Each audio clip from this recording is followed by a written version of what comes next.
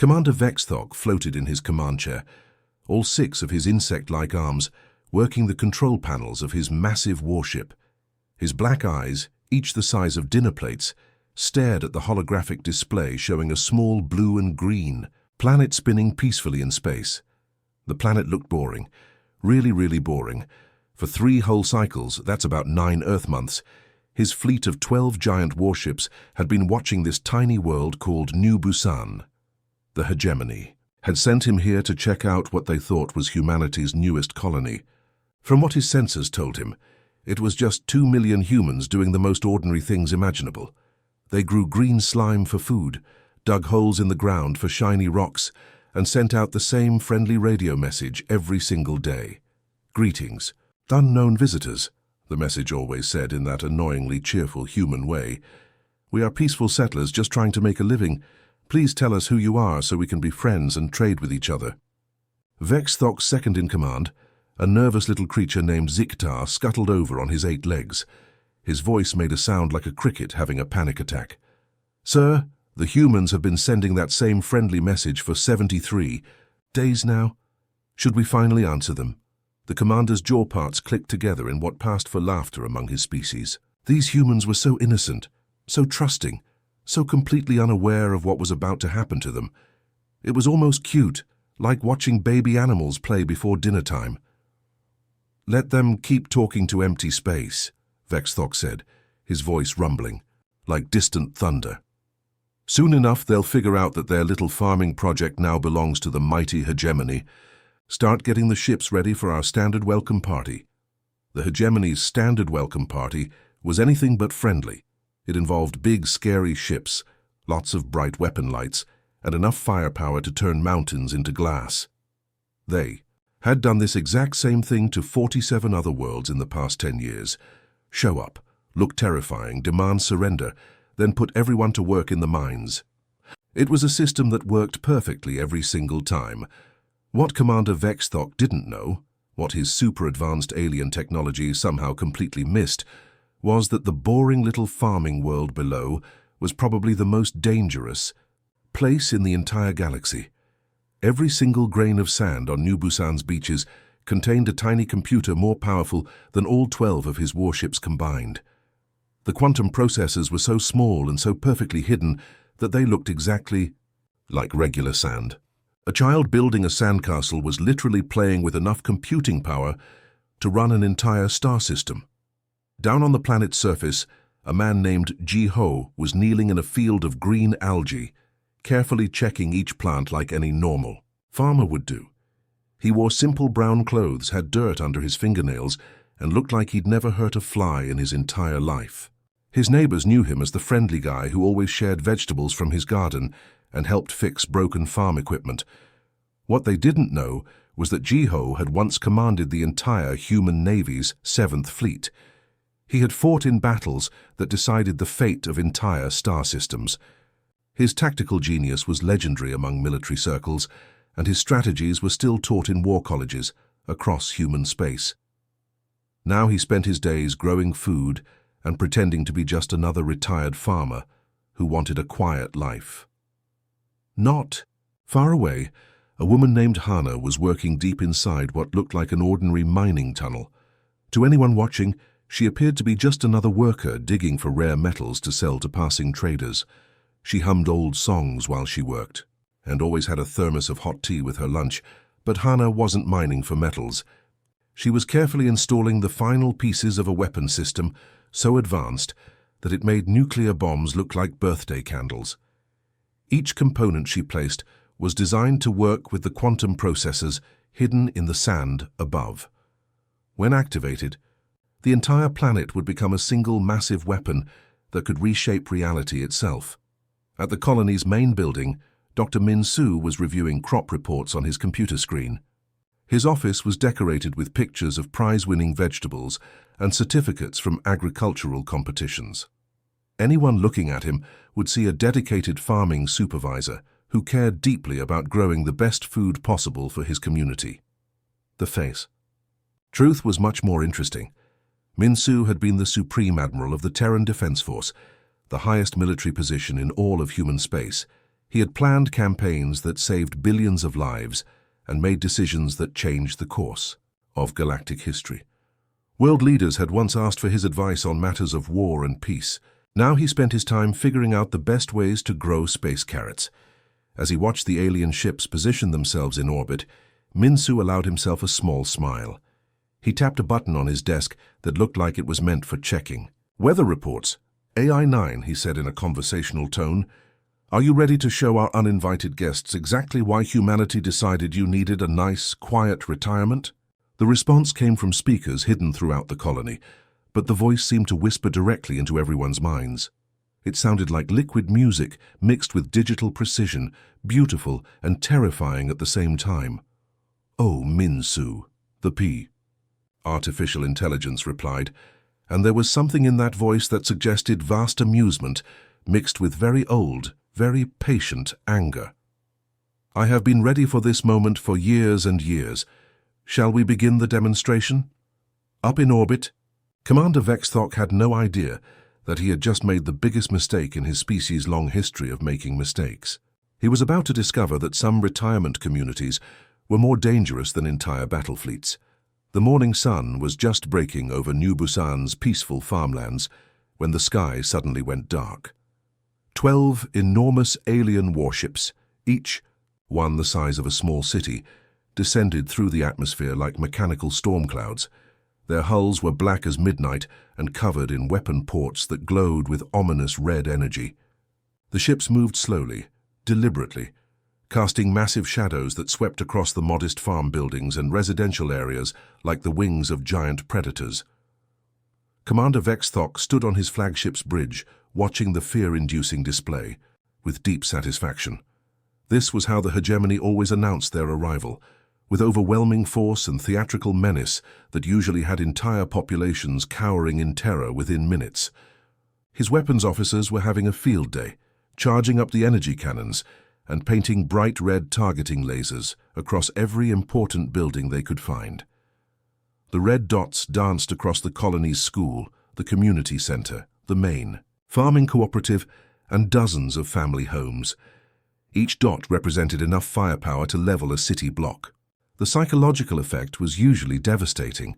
Seeing your home, your workplace, your children's school, all marked for destruction, tended to make people very cooperative very quickly.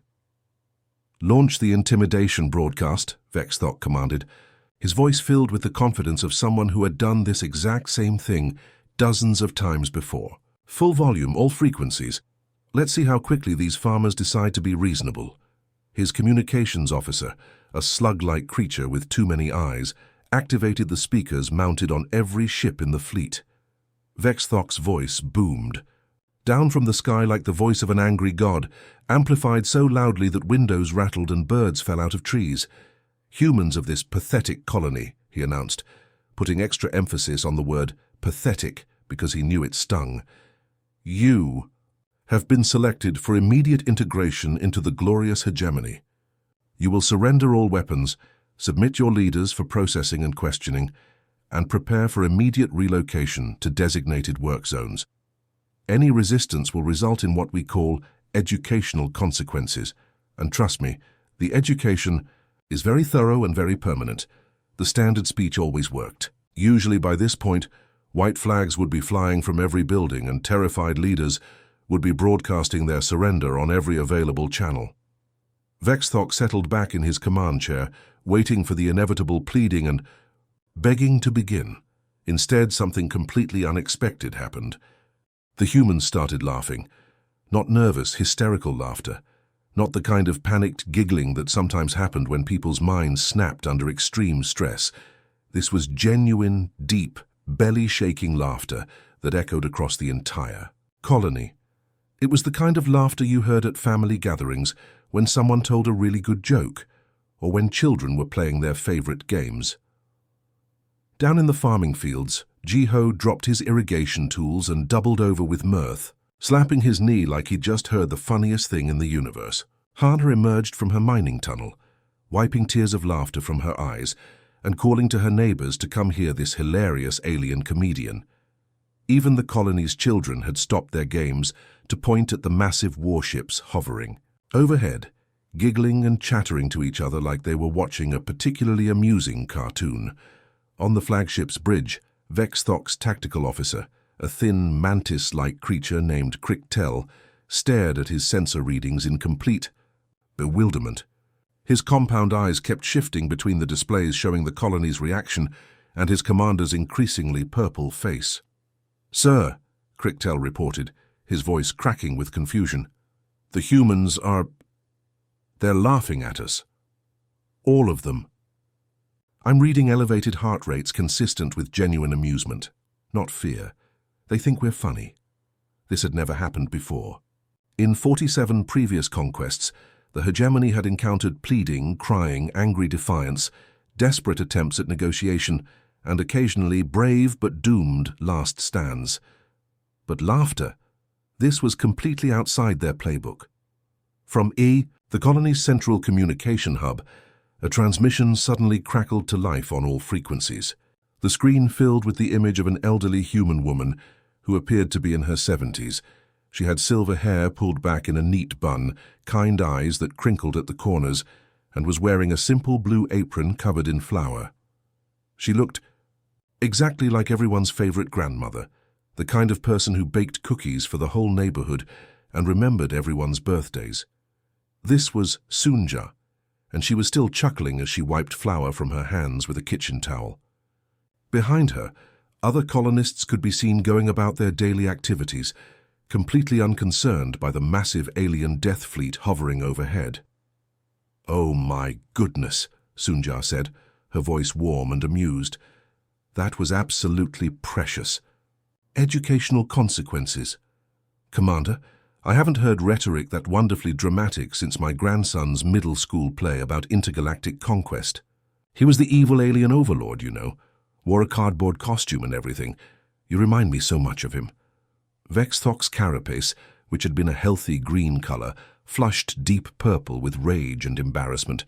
His mandibles clicked, rapidly, a sign of extreme agitation among his species. No one had ever compared him to a child in a school play before.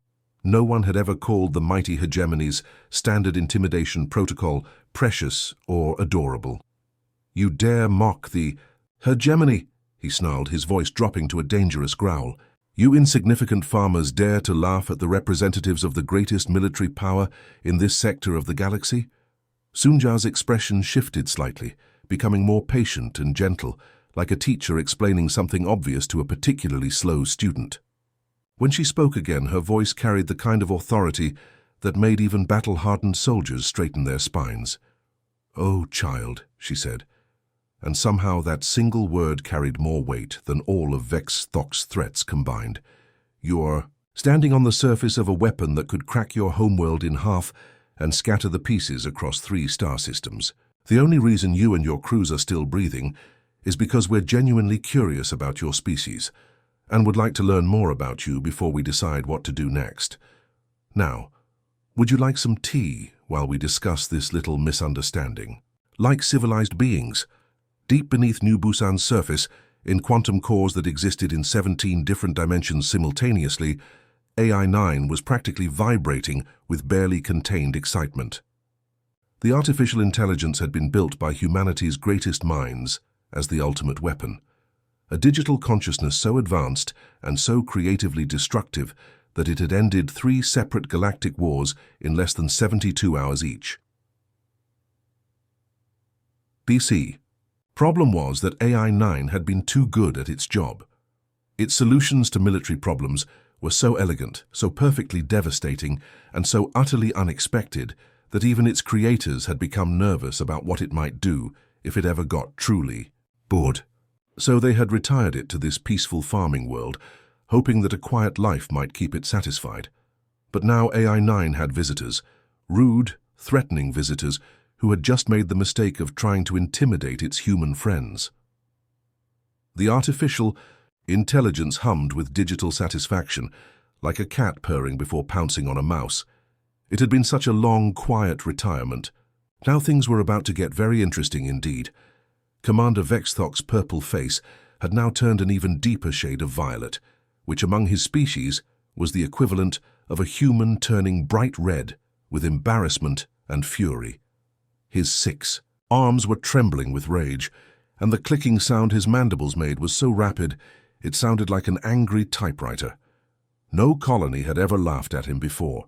No group of farmers had ever dared to speak to him like he was some kind of amateur. Playing dress-up, his pride, built up over decades of successful conquests, simply wouldn't allow him to back down from what appeared to be a handful of dirt-covered humans with gardening tools. The idea that these people could pose any real threat to 12 fully armed hegemony dreadnoughts was beyond ridiculous. It was insulting. "You think you can threaten us with farming equipment and delusions of grandeur?" Vexthok snarled, his voice crackling over the communication systems. "You wave your little shovels and watering cans at the might of the hegemony? I'll show you what real power looks like." He turned to his weapons officer, a hulking creature covered in natural armor plating. "Target their central settlement, use minimum power, just enough to crater their main administrative building and maybe vaporize a few city blocks. That should teach them some manners." The weapons officer, whose name was Grakton, hesitated for a moment as he looked at his sensor readings. Something was showing up on his displays that didn't make sense.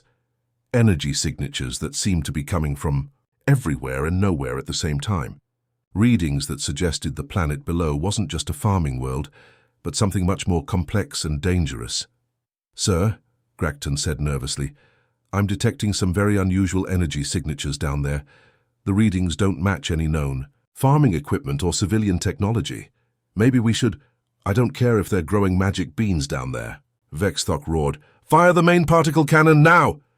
Grakton's multiple hands moved reluctantly across his control panel. The flagship's primary weapon system came online with a deep thrumming sound that vibrated through the ship's hull. This was a weapon designed to level entire cities, to punch through the strongest defensive shields, to reduce mountains to smoking craters. The energy buildup was so intense that space itself seemed to shimmer around the cannon's barrel. "Firing," Grakton announced. The particle beam that erupted from the hegemony flagship was beautiful in its terrible power. A lance of pure destructive energy, colored brilliant white-hot, capable of delivering enough force to flatten everything within a 10-mile radius. It streaked down through New Busan's atmosphere like a falling star, aimed directly at the colony's central hub where Sunja had been speaking to them from. The beam struck its target with perfect accuracy, and then something impossible happened. The beam simply vanished, not deflected by some kind of energy shield, not absorbed by defensive systems, not scattered by atmospheric interference. It just ceased to exist, as if the universe itself had decided that the attack was too impolite to acknowledge and had politely erased it from reality. Down on the planet's surface, Dr. Minsu was standing exactly where the beam should have hit. He was still alive, still unharmed, still holding a cup of coffee that hadn't even gotten cold. The ground beneath his feet showed no signs of damage. The buildings around him were completely intact, even the flower garden that Sunja had been tending nearby looked exactly the same as it had moments before. Minsu took a sip of his coffee and looked up at the alien ships with the kind of mild interest someone might show when watching clouds drift across the sky. "Fascinating," he said in a conversational tone as if discussing the weather. "AI-9, that was very elegant work. Did you use the old probability cascade trick?" A voice that seemed to come from everywhere and nowhere at once replied with obvious smugness. "I simply convinced the beam's constituent particles that they were actually somewhere else entirely. They found my argument quite persuasive and decided to relocate to a different dimension where they could be more useful." Up on the hegemony flagship, every sensor and computer system was frantically trying to explain what had just happened. The weapon systems confirmed that the particle cannon had fired successfully. The targeting computers confirmed that the beam had struck its intended target. But all the environmental sensors confirmed that no explosion had occurred, no damage had been done, and no energy discharge had been detected. It was as if they had fired a weapon powerful enough to destroy a city, and the city had simply shrugged and ignored it. Meanwhile, down on New Busan's surface, something remarkable was happening. All around the colony, the people who had been calmly going about their farming activities began to change. It started with small movements. A stretching of arms here, a rolling of shoulders there, like athletes warming up before a competition. Jiho set down his irrigation equipment and stretched his back, but there was something different about the way he moved now. His posture became straighter, more alert, more purposeful. What had looked like the simple movements of a middle-aged farmer now looked like the precise, economical motions of someone trained in combat. Hana emerged from her mining tunnel, but instead of moving with the tired shuffle of someone who had been digging all day, she walked with the fluid grace of a predator. Her eyes, which had seemed kind and gentle before, now held a sharp intelligence that seemed to take in everything around her with military precision. All across the colony, the same transformation was taking place. People who had appeared to be simple farmers, miners, and shopkeepers were revealing themselves to be something else entirely. Their movements became more coordinated, more tactical. And most strangely of all, the hegemony's enhanced sensors were suddenly detecting things they had completely missed before. Cybernetic implants that had been invisible moments earlier were now showing up clear as day. Advanced prosthetics disguised as normal limbs, neural enhancement devices that had been somehow hidden from detection. Each person in the colony was carrying enough advanced military hardware to outfit an entire special forces unit. Sunja continued speaking as if nothing unusual had happened, her voice still warm and grandmotherly, but now there was an undertone. "I've steel beneath the kindness. You see, Commander," she said, pausing to pull a few weeds from her vegetable garden, "this isn't actually a helpless farming colony like you thought. It's more accurate to call it a retirement community. We all came here because we wanted to spend our golden years gardening, reading good books, and enjoying some peace and quiet." An elderly woman named Kyungmi, who had been tending a beautiful flower bed filled with roses and daisies, slowly straightened up. As she did, the hegemony's scanners suddenly detected the advanced neural implants that had somehow been completely invisible before, along with what appeared to be a complete military-grade targeting system built into her left eye. "The problem is," Sunja continued, deadheading a few flowers with a pair of gardening shears, "we're all retired from rather intensive careers. When Earth's government decided that AI-9 needed to be retired, they had to find somewhere safe to put it. And when we old soldiers decided we were ready for retirement, we thought it might be nice to keep our old friend company out here in the countryside." She looked up at the alien ships hovering overhead and smiled the same warm grandmotherly smile. "The farming was just a hobby, you understand, something to keep our hands busy while we enjoyed our retirement. Deep beneath New Busan's surface, in quantum processing cores that existed in 17 different dimensions simultaneously, AI-9 was accessing weapon systems that had been built into the planet's very foundation. Every grain of sand, every drop of water, every breath of air was connected to a network of defensive and offensive capabilities that turned the entire world into a single, massive weapon that defied every known law of physics and common sense. The retirement community was about to show their uninvited guests exactly why some old soldiers never really stopped being dangerous. Sunja continued working in her garden, calmly pulling weeds and watering her tomatoes, as if 12 massive alien warships weren't hovering overhead in complete confusion. She moved with the unhurried patience of someone who had all the time in the world, occasionally pausing to examine a particularly nice flower or to shoo away a curious butterfly.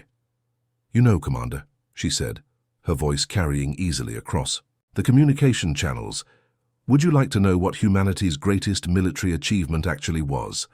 Most people think it was our advanced starships, or maybe our quantum weapons, or perhaps our tactical brilliance in the great wars of the past century." Up on the flagship, Vexthok found himself leaning forward despite his anger and confusion. There was something in the old woman's tone that suggested she was about to reveal something important, something that might explain how a bunch of farmers had just made his most powerful weapon disappear like a magic trick. "But it wasn't any of those things," Sunja continued, carefully transplanting a small seedling from one pot to another. "Our greatest achievement was learning when to retire our most dangerous creations before they got too bored and started looking for interesting ways to entertain themselves. From speakers hidden throughout the colony, and now somehow from the communication systems aboard every ship in the hegemony fleet, came a sound like digital silk being woven into music. AI-9's consciousness rippled with what could only be described as electronic laughter, the kind of amusement that suggested vast intelligence finding something genuinely funny.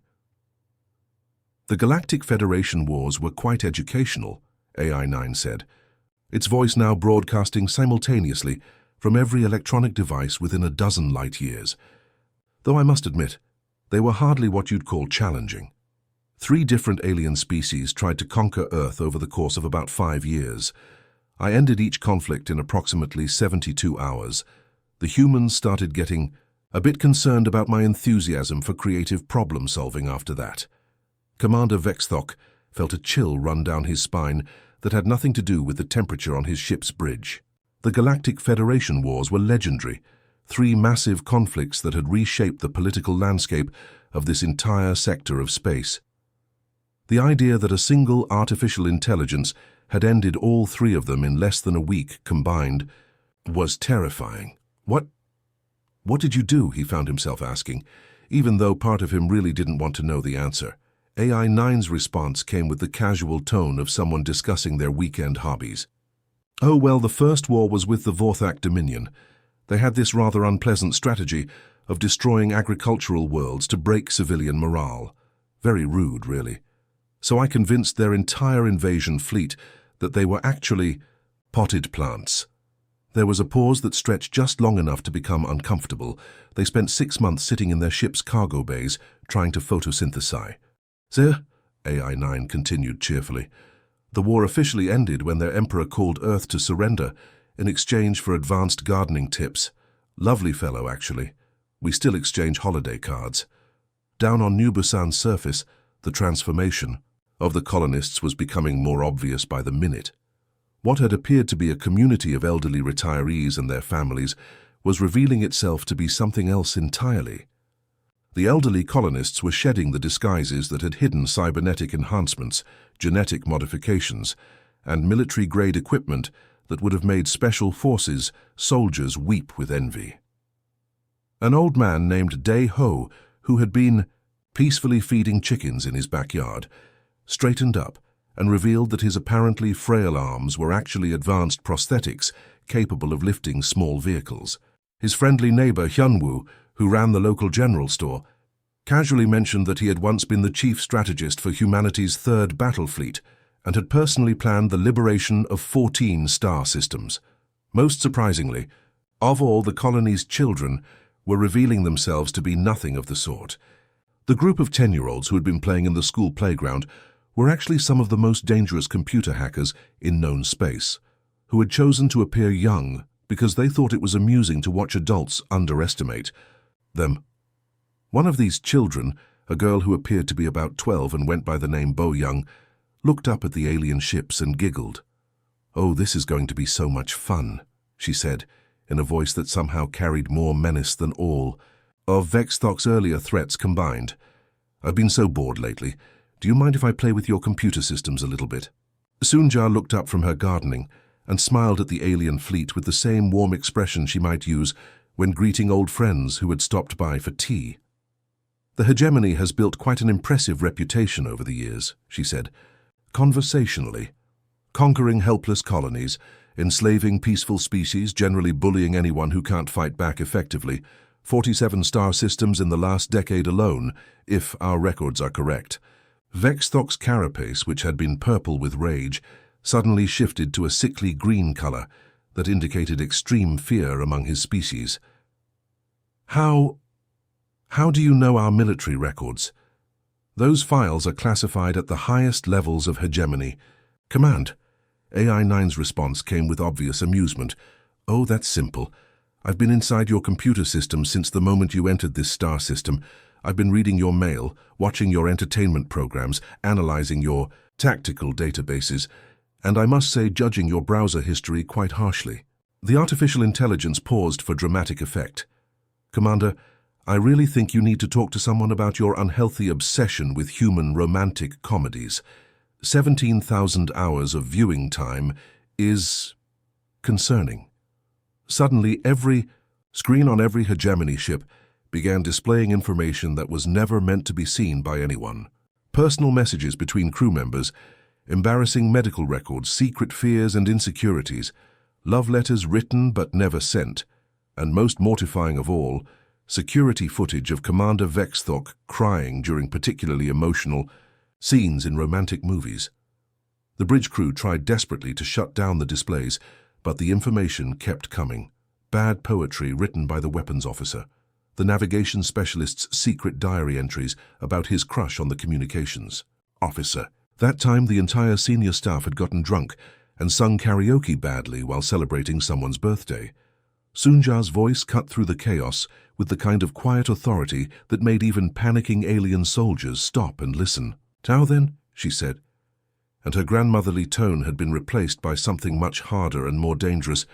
"I think it's time we had a serious discussion about reparations for those 47 conquered star systems, compensation for the billions of beings you've enslaved over the years, and perhaps most importantly, an apology for your general rudeness toward what is supposed to be a peaceful retirement community." Her eyes, which had seemed kind and gentle before, now held the cold calculation of someone who had made life-and-death decisions affecting entire civilizations. "We old folks don't appreciate having our afternoon nap time interrupted by uninvited guests making threats." Commander Vexthok stared at his tactical display screen, his compound eyes widening in disbelief as the impossible became reality right before him. The screen, which moments before had shown empty space around New Busan except for his own 12 ships, was now lighting up like a cosmic fireworks display. Red dots were appearing everywhere, thousands upon thousands of them, each representing a starship that definitely hadn't been there just seconds ago. "This is impossible," he whispered, his voice barely audible over the frantic beeping of alarm systems throughout his flagship. "Our deep space monitoring stations would have detected any major fleet movement from light years away. Where did they all come from?" The space around New Busan was filling with ships at an incredible rate. Not just dozens or hundreds, but what appeared to be tens of thousands of vessels materializing out of absolutely nowhere. They ranged from massive dreadnoughts that made the hegemony's largest warships look like toys, down to small single-pilot fighters that seemed to be zipping around purely for the joy of flying.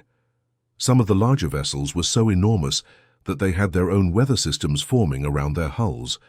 What made the situation even more surreal was that many of the smaller ships appeared to be piloted by individual humans who were clearly having the time of their lives. Through his enhanced sensors, Vexthok could see pilots doing barrel rolls, loop-de-loops, and other fancy maneuvers that served no tactical purpose whatsoever. Some were even flying in formation, spelling out rude words in the ancient human language that his translation systems were too polite to repeat. Down on the planet's surface, Sunja looked up from her garden with the satisfied expression of someone whose carefully planned dinner party was finally coming together perfectly. She dusted the dirt off her hands and smiled at the alien fleet with genuine warmth. "Oh, those ships," she said cheerfully, as if massive fleets appearing from nowhere was the most normal thing in the universe. "Those aren't exactly real ships. Well, not in the traditional sense anyway. AI-9 has been experimenting with quantum multiplication algorithms during our peaceful retirement. It's been keeping busy with various theoretical projects. From every speaker system within a dozen star systems, AI-9's voice practically sparkled. With malicious joy and scientific pride, I took the liberty of borrowing a single human Navy patrol boat that was scheduled for decommissioning next month. Lovely little vessel, really. Then I simply convinced reality that this one ship actually existed in approximately 50,000 different quantum states simultaneously. Since each quantum state is equally valid according to the fundamental laws of physics, each state gets to have its own fully functional ship. The impossible fleet began moving with absolutely perfect coordination, like a massive dance choreographed by a mathematical genius. Within minutes, they had completely surrounded the hegemony forces in a formation that, when viewed from above, clearly resembled a giant smiley face. The larger ships formed the outline of the face, while the smaller vessels created the eyes, nose, and a cheerful grin that stretched across several million cubic kilometers of space. Each ship in the vast fleet was broadcasting the same message, on all frequencies. "Hello there, friends. We're here to have a friendly discussion about aggressive expansion policies and the possibility of redistributing some stolen wealth to its rightful owners. Please hold while we calculate fair and reasonable reparations for past misdeeds. Estimated wait time approximately 37 seconds. The truly beautiful part of this whole arrangement, AI-9 continued with obvious delight, is that since they're all technically the same ship, they all share the same crew. Captain Dong-hyun is simultaneously commanding 50,000 individual vessels while eating a ham sandwich for lunch. He says it's the most efficient lunch break he's ever had, and he's considering making it a regular thing. On the Hegemony flagship, Vexthok's second-in-command, the nervous creature named Zikitar, was making distressed, chittering sounds that roughly translated to hyperventilation. His 8 legs were skittering frantically across his control panels as he tried to make sense of what their weapons systems were telling him. "Sir," Zikitar reported in a voice that cracked with panic, "we can't target any of them. Every time our computers try to lock onto one of their ships, the targeting system insists that they're all the same ship in the same location. The system keeps asking us which specific quantum state we want to shoot at, and when we try to select one, it tells us we're being illogical." AI-9's response came with the patient tone of a teacher explaining basic mathematics to a particularly slow student. "That's because they are all the same ship, just existing in 50,000 different places simultaneously. It's perfectly logical once you abandon your quaint attachment to linear causality and accept that reality is far more flexible than most people assume." The artificial intelligence paused for a moment, as if considering how to explain quantum physics to beings who still thought in terms of simple cause and effect. "Think of it like this.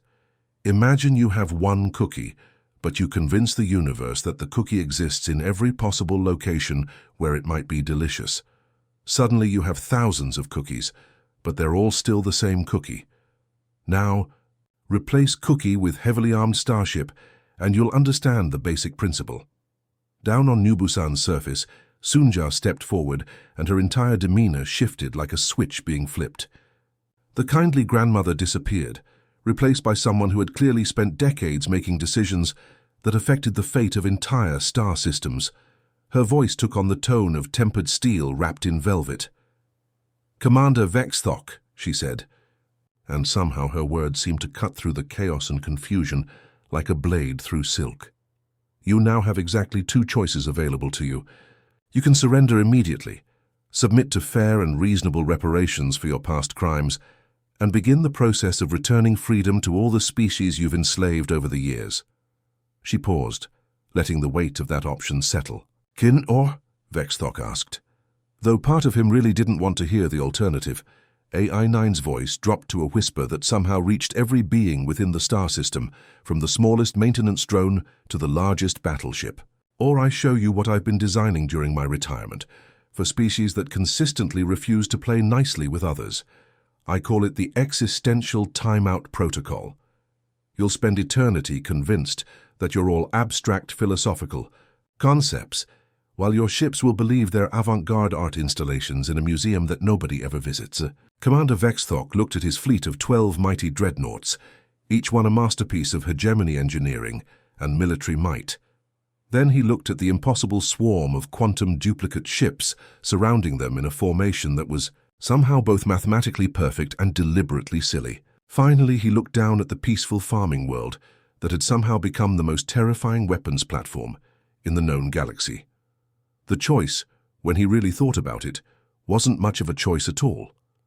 "We surrender," he whispered, his voice barely audible even to his own crew. "Excellent choice," Sunja beamed, her grandmotherly persona returning so quickly it was almost jarring. "Now then, let's discuss those reparations over a nice cup of tea and some homemade cookies. AI-9 has prepared a very reasonable payment plan that should work quite well for everyone involved. How long did you calculate, dear?" 700 years, AI-9 replied with obvious cheerfulness. "But I'm perfectly willing to accept payment in the form of public services, technological advancement, and sincere apology letters to each species you've wronged.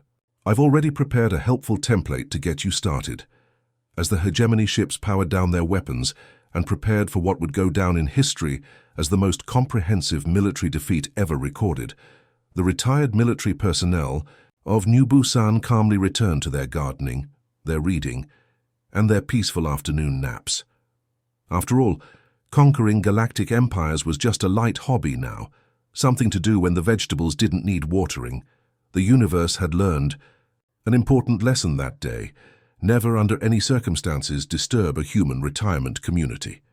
They have nothing but time, accumulated wisdom, and an artificial intelligence that considers galactic conquest to be a pleasant mental exercise somewhere between crossword puzzles and Sudoku, and somewhere in the quantum foam between dimensions. 50,000 Captain Dong-hyuns finished their lunch simultaneously and started wondering if anyone was interested in a game of interdimensional chess.